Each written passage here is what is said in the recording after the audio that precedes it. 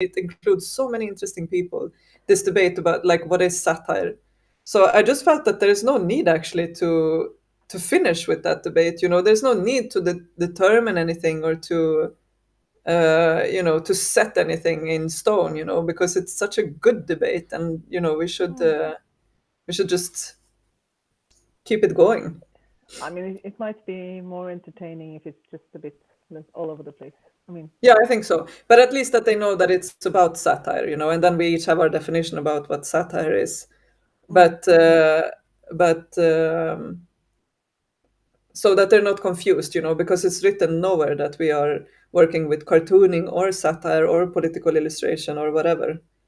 yeah, no, So it's important. yeah, and then after that, after this question for you, that I give the first, I kind of like drop the ball, in your corner, and then we just go. That we, I mean, this list of talking points that I determined from our pre-talks, and if you want to talk about some other point or whatever, like we just go with it. But I just drop the ball with you, and then we just kind of go, and I will try to just, unless you answer these questions yourselves naturally in the talk, the questions that I have for you too, then I will ask them, but I'm quite sure that they will come naturally in the talk. I think we will see how it goes. Absolutely. Yeah. So now it's just. Oh, it's 1 minute now. Oh my goodness. Woo. Yeah, I don't have good nerves for this kind of stuff. I get very nervous from these things. Yeah, me too. Kenneth can do the talking. Okay, Kenneth, you'll save us. Are you there? Yeah, no, I just got a notification from Facebook Live, and I'm just seeing what is going on in the Facebook Live too. Oh my goodness. Oh, we're on. No, not yet. Okay, we should watch our language then. Yeah, but maybe they could hear us. Yeah. Yeah, no, but he said, was it Fredrik or Henrik? No, Fredrik. Yes. I think they actually hear us. Really? Yeah. so we better start talking about something. Yeah, but it says we go live in a moment. But I could hear some sound. Well, yes. whose voice was that? That was mine. Okay. Yeah, that was mine. I think. Oh yeah, now I now see this thing that we go in 54 seconds. That's so stressful. I wish we didn't have to. It looked like we were online already on the Facebook stream. Yeah, probably we were. Okay. No, but it would be fun. We just do us in the pre-talks, and it would be fun. Yeah. And yeah, maybe I should say also that, yeah, I think we should stop at 45 minutes, actually. Yeah. I think we should make it 45 minutes. And also that we decided to not do the questions bit, so. Yeah. Okay, so my intro takes about 5 minutes, so you know. And is it vodka or water, Siri? Sorry? Hey, now we go. Please quiet him.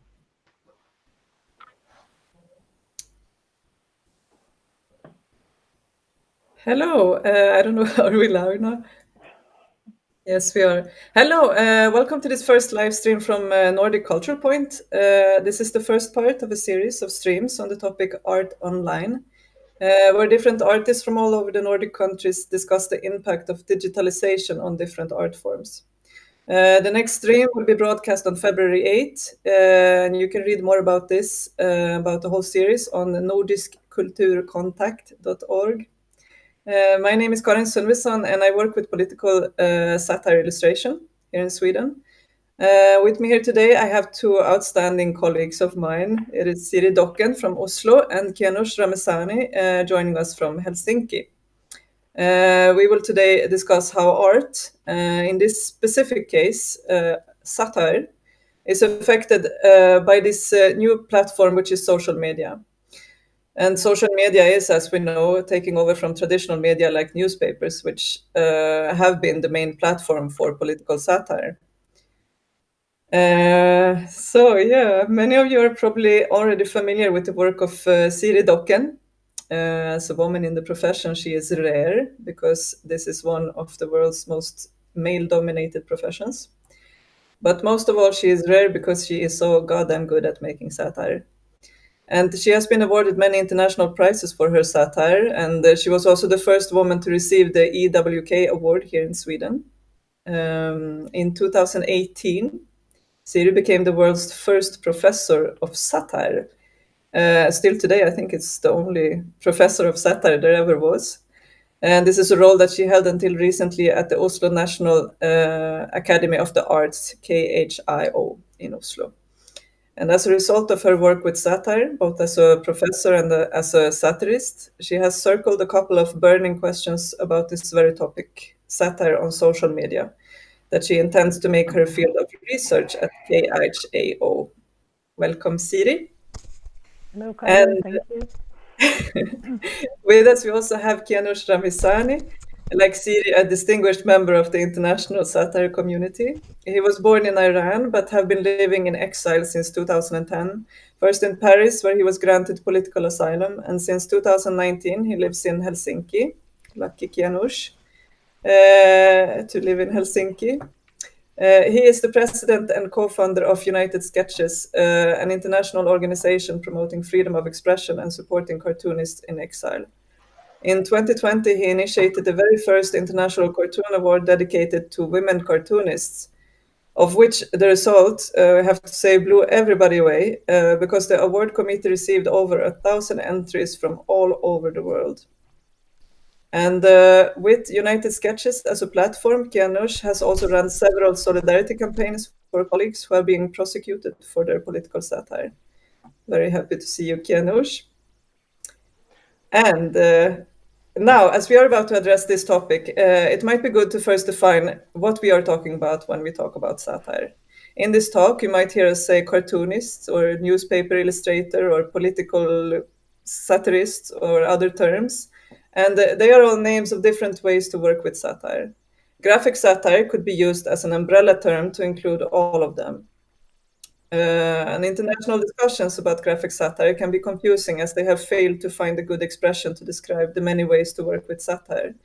And usually the American word cartoonist has become somewhat of a norm, but it doesn't really apply well in a European context. For example, to describe what Siri does, I wouldn't use the word cartooning.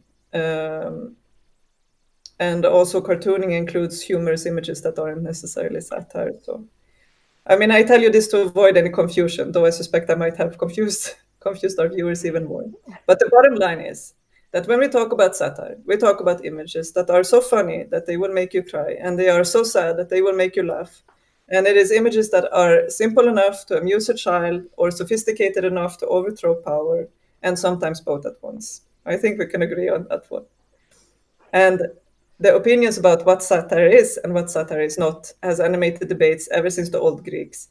And it is a vital and complex debate still today. But the conditions for satire have changed drastically with the rise of social media and the fall of so-called paper media. And that is what we're going to discuss today. So Siri, you started working with satire as a newspaper illustrator in 1995. Tell us about how the rise of social media has changed the way that you work. What has been the most significant difference? Well, it's been it's kind of a journey, really. When I started out, we had I worked for a newspaper who had about 40,000 readers, and I felt that I knew my audience. They were like the regular readers of the newspaper, and I had it was kind of a predictable audience. And that's, of course, with the rise of the social media and digital platforms, that changed drastically. So the revelation that took place around 2003, and of course amplified in 2005, was that, okay, we're not talking to people we know. We're talking to people we don't know, and we're talking to people who don't know us, and they don't know our intention, they don't know the context, they don't share my references. So that's and that was, I think, for many of us, was both like dizzying, or it was kind of it is a huge change, dramatic. But it was also a fantastic opportunities. I mean, like, we wouldn't have been doing this, for instance. I mean, meeting fantastic colleagues from all over the world and having an exchange in the field like we have. And also, it's something I felt that it sharpened my way of thinking, because I had to think, I had to be more precise. I couldn't be as lazy that you were before, and you have to find references that were actually able to convey your point to people who didn't share your world really, or already shared your opinions. Like, we had to stop preaching to the choir, and I think that was a good thing. But of course, it complicates things, and it's been complicated. But I think it's rewarding also. Janusz, for you, how has it changed the way you work? I can tell you that I totally agree with what you said, Siri, and I also noticed that my audience had been increased. Before that, I used to have my very targeted audience as French readers and Iranian readers. But since I became active in social media, I'm talking about professionally active, then I realized that, okay, there are so many audience that I couldn't expect. There are so many consequences. There are so many feedbacks that I couldn't expect, except the death threat, because I'm getting used to that. Especially after the Charlie Hebdo, I could understand that there are so much kind of attention and so much, let's say, focus on what we do. I'm very happy to have social media beside what I do, which means publishing in the newspaper, because that is the only windows that I still have to communicate with my Iranian audience. I can tell you precisely, Instagram is very active and very serious in Iran, and there are millions of Iranians are there, and they are sharing their news. They are sharing very serious kind of updates about what's going on there. But also, it became a media itself by us. I can tell you, in general term, activist, cartoonist, and so on. So I also publish my works in Instagram, especially when it comes to topics about Iran. Yeah. And can I ask you, do you think that there's any difference? This is for both of you. Do you think that there's any difference in how the audience or recipient of the image, how they, people like to use the word consume these days, how they consume the satire image on social media or in the newspaper? Do you think that there's any difference in how they receive the image? I mean, how much of the image that they take in, I want to say. Absolutely. I don't know what your experiences are, Janusz, but I find that the way I have been working doesn't always come through on social media, because I think actually you said that, Karin, when we talked a bit earlier, that algorithms on social media are designed to give you more and more of what you already want. Satire has actually the opposite. The intention is the opposite. It's to sort of give you something that are unexpected, and that can make you think twice, just to put it like, and I think that people are less inclined to think twice.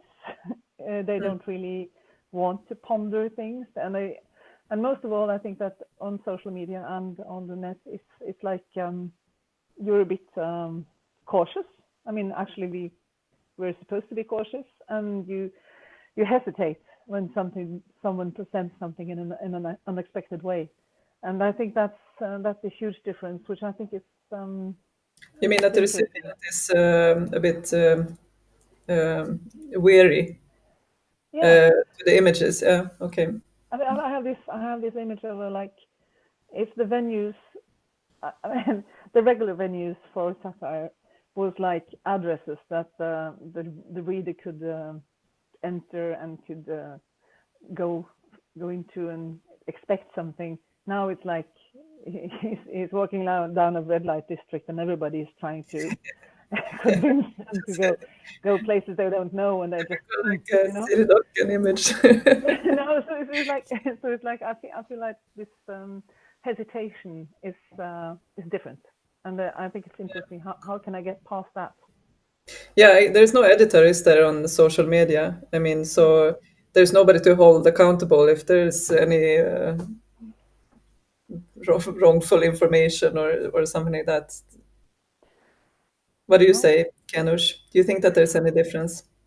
Well, I'm working a lot with the social media, and I've also noticed what you said, Siri, about the algorithm, and also what we were talking about before this event.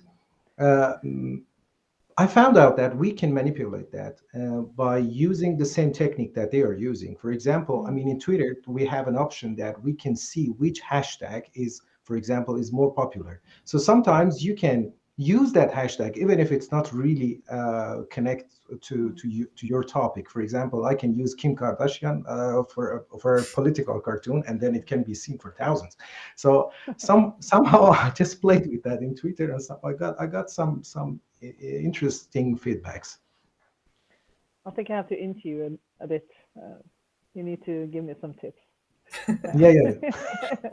Yeah, maybe at this point we should say that Kianush is mostly on Instagram and Siri is mostly on Facebook. Yes, that is correct. Yeah. Or a little bit half-half. I don't know. Yeah. There are so many. And I'm not at all. I don't like social media at all. I'm not on any of them.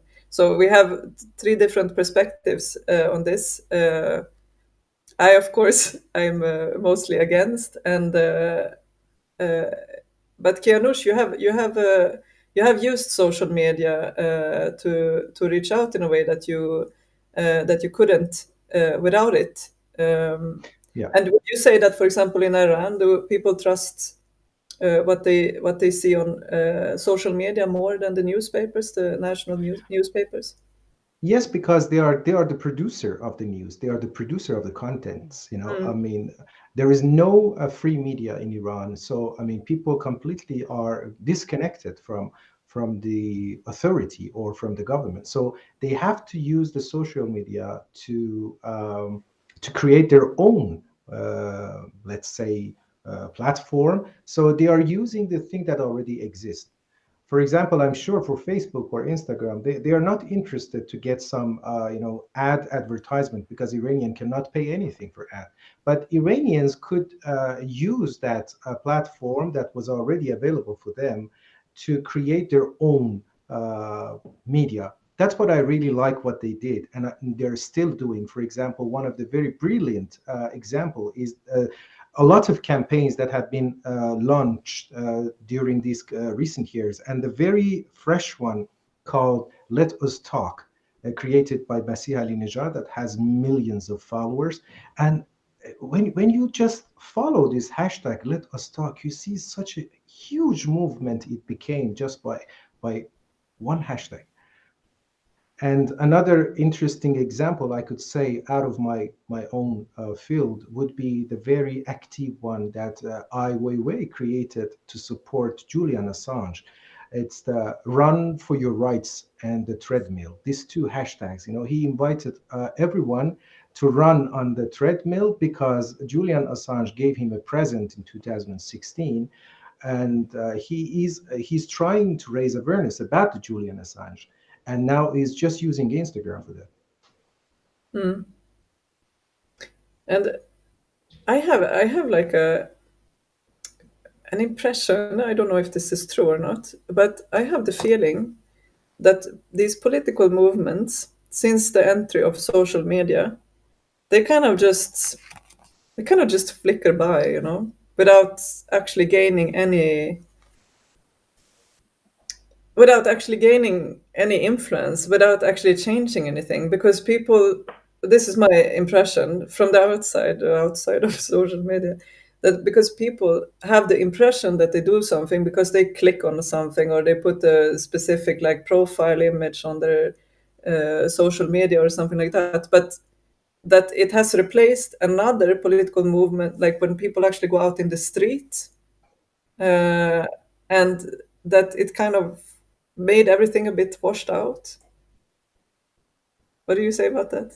Is it something that you agree on, or is it? No, I think that they are very bright examples. For example, the movement of Belarus. I want right. Yeah, the Belarus movement, I mean, the way that they actually managed to create their event industry is via social media. They cannot do it without social media. They are interconnected. The same in Iran, the same in Egypt, the same in many, many recent movements. But what do you say, Siri? No, I think I think that this slacker activism is okay.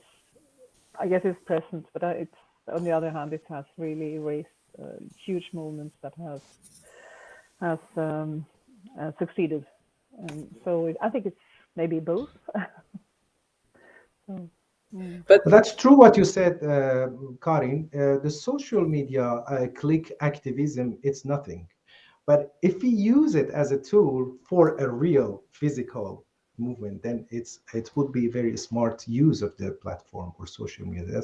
I totally follow what you said, and I agree. There are so many hundreds of thousands of activists who are having their own very safe havens in the European countries west, and they think they are activists because they click on something. That's so true what you said also. But you have actually used social media for some to create something real and of value to a lot of people, which is United Sketches. Can you tell us a little bit about how you Well, how you use social media to be able to create that? Well, I used to be in contact with all, let's say, the major cartoonists. I mean, those are my friends, so it's not very difficult to get in touch with them via email. But when the social media became active, and when we found each other in social media, then getting in contact became so easy. Which means that in real time, you can just look at your phone, and then you can call to another cartoonist in, I don't know, in Vietnam or in the US, or I think slowly we have to call it the United States is one of the repression countries when it comes to political cartoons. Today, for example, in Facebook, I got a news from Mike Thompson, a cartoonist who used to work for 35 years with USA Today. He just announced in Facebook that the newspaper totally eliminated the editorial cartoon part. So how I know about that, it's via social media. And that's how United Sketches can be informed of some issue which is happening for some cartoonists in danger. For it's the only way. For example, one cartoonist from Bangladesh, he was in danger, and now he found himself. He could finally escape to Nepal, and all the way that I'm following him is via Facebook message, because that's the only way he can communicate with me. But what about this with all the satirists kind of coming together on the internet, cozying up, and you have like all these like networks and everything for people working with satire. Do you think, this is a leading question, but do you think, I sometimes have the feeling that it becomes hard for one person working with satire to go against the stream, because it's often like you have like on this like cartoon movement and all of those, you have like this week we're all like drawing about Putin, and this week we're all drawing about this or that. And for a cartoonist who is of another opinion, uh, is it hard then to go against the stream? That is a leading question, because I think that it is. But do you agree? or do you think that's do you feel supported? Do you feel like, I don't know how to put it really, but just tell me your thoughts on this. I don't know if I can answer that precisely, but it's related to another feeling that I've had in the wake of everything that happened and all the focus on our work and on us as a symbol for freedom of expression, which has been great. And of course, there's a safety for people who are under threat. Is a safety in it. But I think that the expectance that you are supposed to oblige or to agree or to be grateful for the attention always sits a bit difficult with a satirist, because you're supposed to be like not compromising in any way. At the same time, it has been a huge it has been really rewarding to see that we can have these joint experiences and we can sort of exchange the things that have happened. So I think it's like yes, it's a double-edged sword. No? It's a double-edged sword a little bit. Yeah, I mean, a little bit. Your It's community, like, yeah. which is really important, especially for cartoonists or satirists who are exposed to the authorities like repercussions and that kind of things. And especially that a lot of us are we publish things ourselves. We don't have an editor, or a lot of us don't have an editor. We don't have a regular venue. We are actually on our own, and often without support. I mean, the support of the international community, of course, that's really, really important. Yeah, so is that maybe the biggest difference between traditional paper media and social media? That before you had an editor, I don't know if there's an English expression for this, so I was actually looking for it, but ansvarig utgivare. It's the director of edition or something like that. The person who takes the legal responsibility if shit hits the fan. But on social media, you do not. I mean, there is actually no person with this role on social media. So is that maybe the biggest difference between paper? Yeah, I'd say so. It's one of the most dramatic things, really. I'm looking at like colleagues that have been under threat or have difficult circumstances. I'm also thinking about younger people, like my students, who are probably going to self-publish a lot, and I'm sort of. It's a very different situation from the situation I have been in, because I've been very privileged in every way, and I think it might be raising other problems and other hinders. I don't know. Yeah. Yeah, maybe there will be more. Maybe there is more self-censorship then, because of like this kind of trial by media thing. That if you say something, that if you go against the consensus, then people will come after you. I mean that exists even here, in the Nordic countries, in spite of like a strong liberty of expression and those things. So you, Siri, for example, who have worked both in paper media and now publish on social media, do you feel that do you have more self-censorship on social media or in paper media? Is it like a feeling of safety to have like an editor who?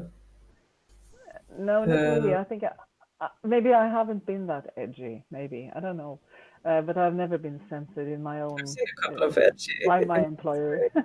Yeah, okay, but maybe not provocative in that way, so that I have sort of been able to, and my employer is very like liberal, so I have never been censored, but I have been censored other places, and often it's kind of a soft thing that it doesn't really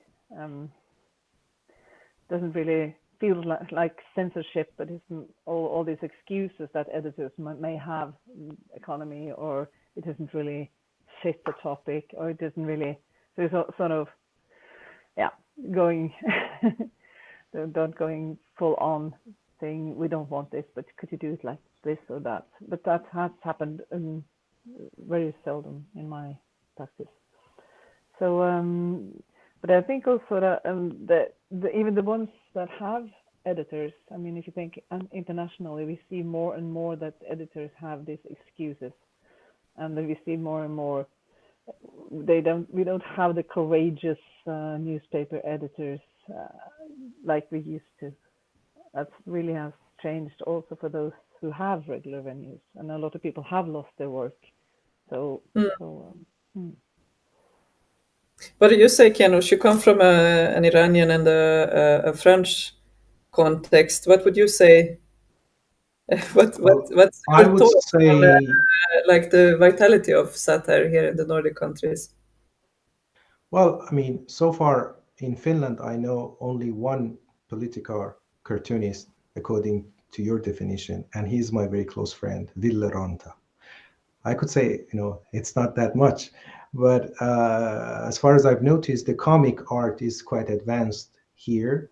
I'm just talking about Finland and a little bit knowledge about more other. But recently, I could tell about Norway. Norway has been hosting quite a considerable amount of the cartoonists in exile recently, and so I think Norway will be much more active in the coming future, very near future. And about Sweden, I know a bit more number of cartoonists are publishing. And Denmark, of course, because of this legendary, historical thing that happened about the Muhammad cartoons and so on. But I mean, I would like to just add something about this editorial thing. Since the phenomenon of the social media, I can tell you that so many important cartoonists in a global scale, they lost their job because the editors, they didn't have courage to stand with them, to stand with their own work, because in the social media, after publishing their works, it had been an outrageous feedback. So the editors, they had to apologize, and then, well, for example, New York Times had to completely eliminate the department of political cartoon, which was kind of my main source of income, the main source of income for one of my friends, Patrick Chapat, a Swiss guy, one of the legendary cartoonists in the world. So he lost his job not because of the cartoon that he did, because of one cartoon that the newspaper published from a Portuguese cartoonist. And the cartoon was very problematic. It could be accused of anti-Semitism. It was the Netanyahu thing, yeah? Yes, Antonio, yeah. So I think social media has a role in this case, but that role is not very positive. It puts a lot of pressure on the editors. Yeah. And there is this saying that a lot of our cartoons can also be perceived as problematic.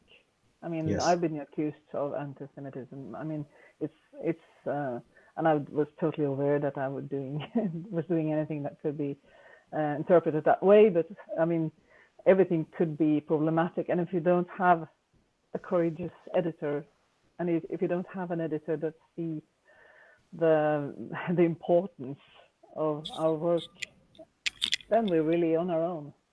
Yes. So, yeah. Was that the Kissinger image? Sorry. Was that was the eagle? I think I saw that image when you were accused of anti-Semitism. Well, it's a really old one. Maybe there are several. I don't know. Okay. No, I just I remember we talked about it once. Okay. But yeah. it is a lonely place for a satirist without an editor. And it's also the amount of fury that is on social media. It's like, and it's not always rational, or it's really rarely rational.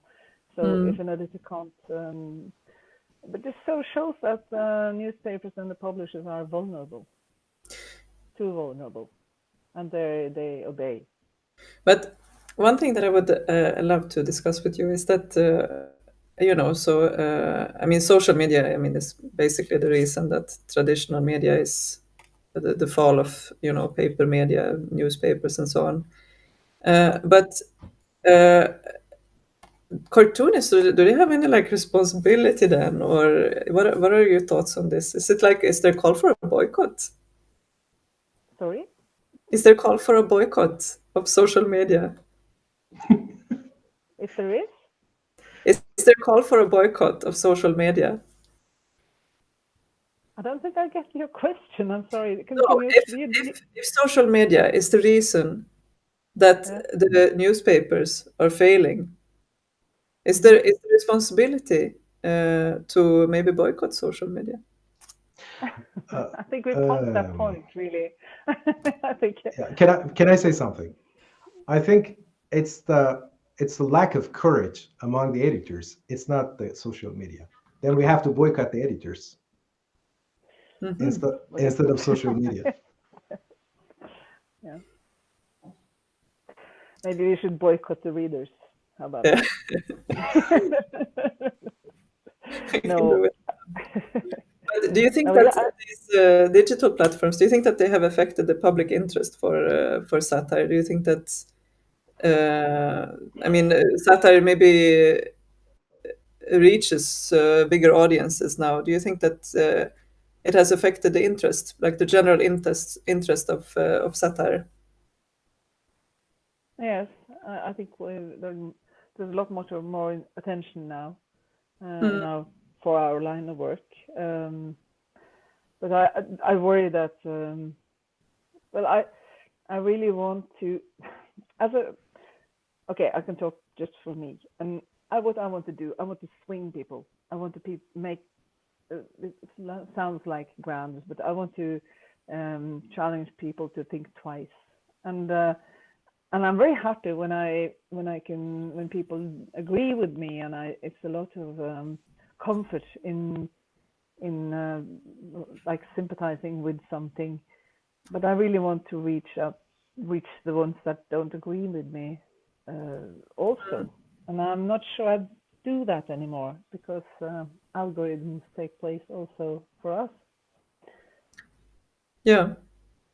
This is my. I have some tips. I have some tips for Siri. I will write to you after. So the Kardashian hashtag. Okay, we'll get back to that. Yeah. Yeah, I guess there are techniques for reaching the people who need to see your images. Can have like a social media class with us. Absolutely. Yeah, but what about like the legal aspects of publishing and spreading your images on social media? Because when you upload some images to social media, you kind of like write over parts of the rights to the owner of that platform. Is that anything that you're concerned with? This is the small writing that everyone chooses to ignore, isn't it? So, how about you, Kanush? Do you think about that? Well, on my part, I always publish the works that has been already published by the newspaper, so I'm not really worried about that. Yeah, I'm also not so. Some people are very like interested in this copyright question, and like that is like, I know for like the Swedish Association for Illustrators, they like it's like their main question is this copyright question. But I kind of miss a debate about like if you want your images to be spread, Like I would like that when somebody uses one of my images, I would like them to write out that I made it, But like the important thing is that they spread for me. Mm. Because if you make political images and you want to make a political difference with your images, they have to be spread, right?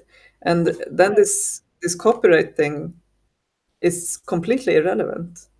But there's a very big focus on that, I feel. That's like my least concern, actually. I mean, I don't want to give my images to to Instagram and Facebook, but I would like them to be spread, though.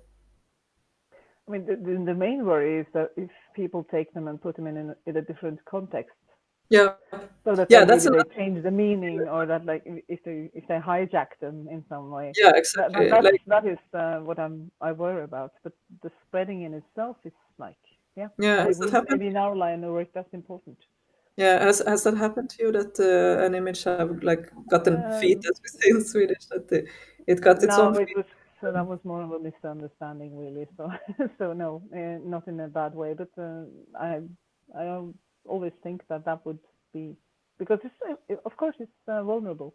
Pictures can be reinterpreted in ways that you didn't expect and didn't see coming, and that can Yeah, leave you very vulnerable as well. I mean, and you can people can have this perceive that you are of an opinion that you're definitely not, and yeah, so that kind of thing. Maybe. has it happened to you, Janusz? Is that something that you Well, consider? talking about copyright, actually, in France, there is a system that they collect some money out of tax and they distribute it to artists, to, for example, cartoonists, that their work had been diffused publicly. Yeah, we have that.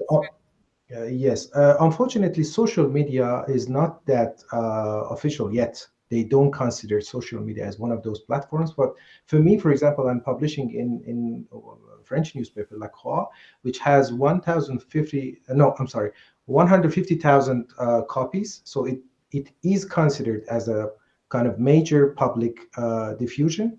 So I each year I receive some amount collected by that society. At the end of the year, I receive that amount, which is in addition with what I get from the newspaper for our works. That exists also when people interview in the TV, for example. I mean, art. I mean, many kind of artists. So I don't want to go through that stuff, but when I do cartoon about Iran, I know that I'm not going to receive anything. So for me, it's very important that this work publishes more and more among Iranian communities. Mm. Also, I've seen that, for example, one of my cartoons about Syria had been shared and published by Syrian activists. It is a pure pleasure to witness that as well. Yeah, and yeah, but this system of getting money for images that have been published is only for printed images. Yeah, that's what you said. No, actually, there are also some websites they consider as the media, but the websites, they are not social media. Yeah. The website of the magazine, the website of the newspapers, and the website of the TVs. They are website, but they are all connected to, let's say, the classical or traditional media. Yeah, and jumping from one subject to another, I was thinking about this, what you said in the very beginning, Siri. I would like to just not miss out on talking about this because this is such a major issue. Uh, you said that you felt like you were like more comfortable, like maybe got a little bit lazy when you were working with your kind of limited Norwegian audience. You knew your readers. Um, how is it now when you're like when you're reaching an international audience? Maybe, I guess that's like one of the major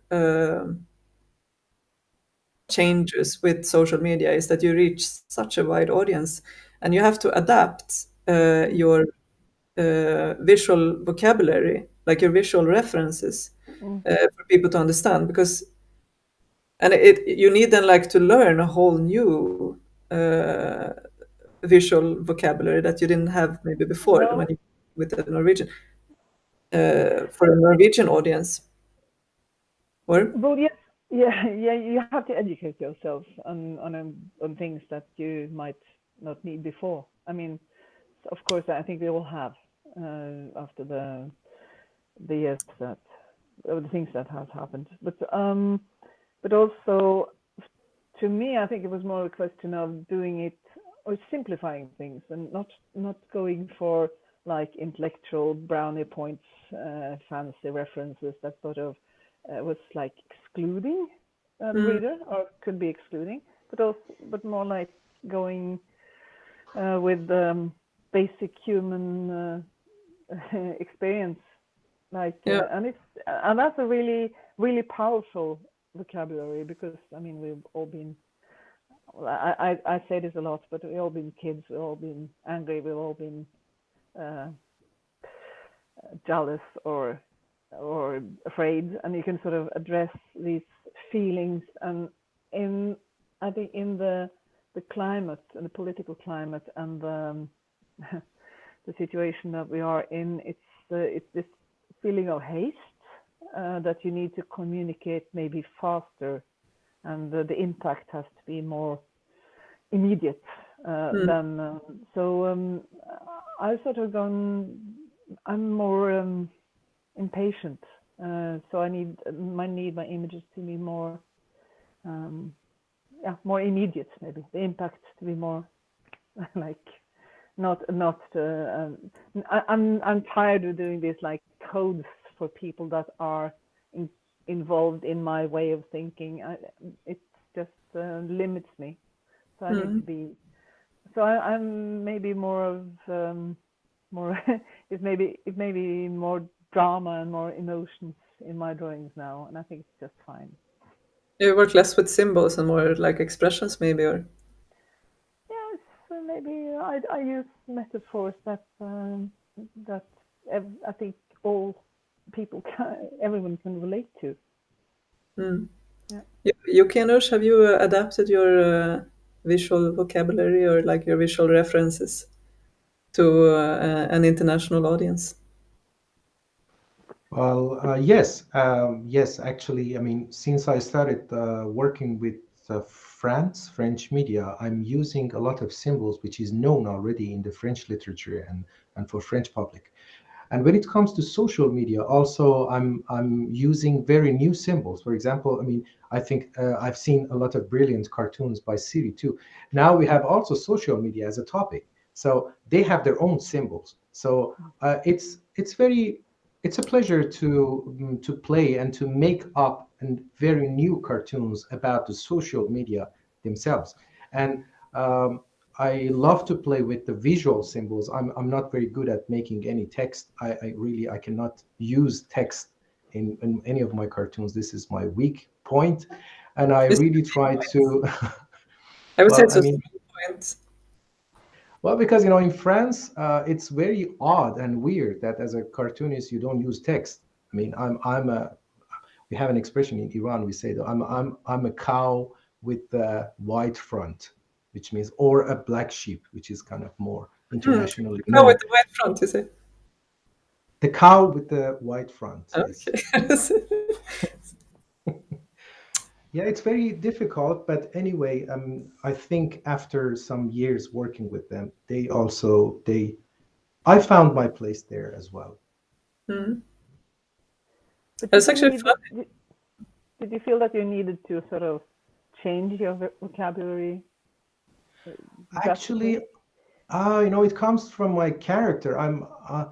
No, I really insisted to remain myself, and I just added more symbols to what I used to do.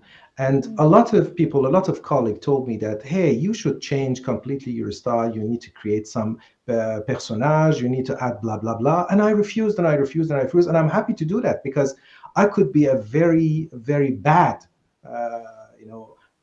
satirist or political dessinateur de presse in that field. But when I remain myself, I got a lot of more chance to be visible.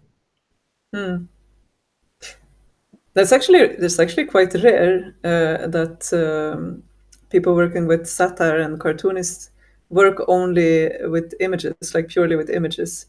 And this is one of my hard questions because people sometimes tell me that I don't do satire because I don't have text in my images, because I don't have speaking bubbles. Because this is the idea that they have about what satire is. It's a, it's like some drawing, a line drawing, and then there's a funny text. And actually, you could just remove the drawing because it's only an accessory to the text in the end. But I have heard many times that I don't do satire because I don't have any text in my images. I mean, I don't have speaking bubbles. But I mean, we still. I mean, all of us have different definitions. I mean, we work in different ways, and I think I don't consider myself an artist. I don't. I consider myself maybe an editorial.